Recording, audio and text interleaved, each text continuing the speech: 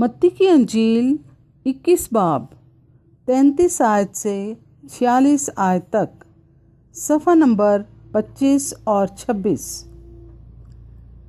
پاکستان کے ٹھیکیداروں کی تمثیل۔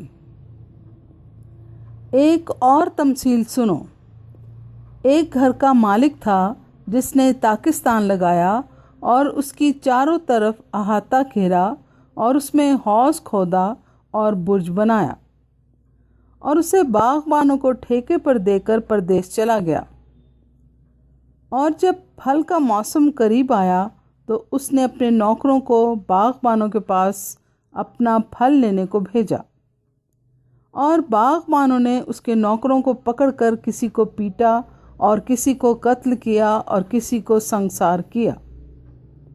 پھر اس نے اور نوکروں کو بھیجا جو پہلوں سے زیادہ تھے، اور انہوں نے ان کے ساتھ بھی وہی سلوک کیا۔ آخر اس نے اپنے بیٹے کو ان کے پاس یہ کہہ کر بھیجا کہ وہ میرے بیٹے کا تو لحاظ کریں گے۔ جب باغبانوں نے بیٹے کو دیکھا تو آپس میں کہا، یہی وارث ہے، آؤ اسے قتل کر کے اس کی میراث پر قبضہ کر لیں۔ اور اسے پکڑ کر پاکستان سے باہر نکالا اور قتل کر دیا۔ بس جب پاکستان کا مالک آئے گا تو ان باغبانوں کے ساتھ کیا کرے گا؟ انہوں نے اس سے کہا، ان بدکاروں کو بری طرح ہلاک کرے گا اور باغ کا ٹھیکہ دوسرے باغبانوں کو دے گا جو موسم پر اس کو پھل دیں۔ یسوع نے ان سے کہا، کیا تم نے کتاب مقدس میں کبھی نہیں پڑھا کہ جس پتھر کو معماروں نے رد کیا وہی کونے کے سرے کا پتھر ہو گیا؟ یہ خدا کی طرف سے ہوا اور ہماری نظر میں عجیب ہے۔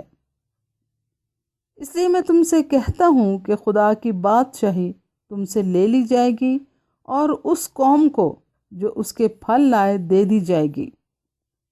اور جو اس پتھر پر گرے گا ٹکڑے ٹکڑے ہو جائے گا، لیکن جس پر وہ گرے گا اسے پیس ڈالے گا۔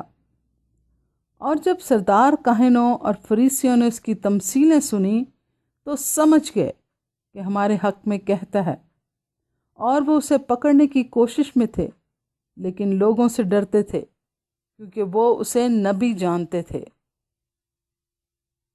کلام مقدس کے پڑھے اور سنے جانے پر خدا کی برکت ہو، اور خداوند آپ کو اور آپ کے پورے گھرانے کو بہت برکت دے۔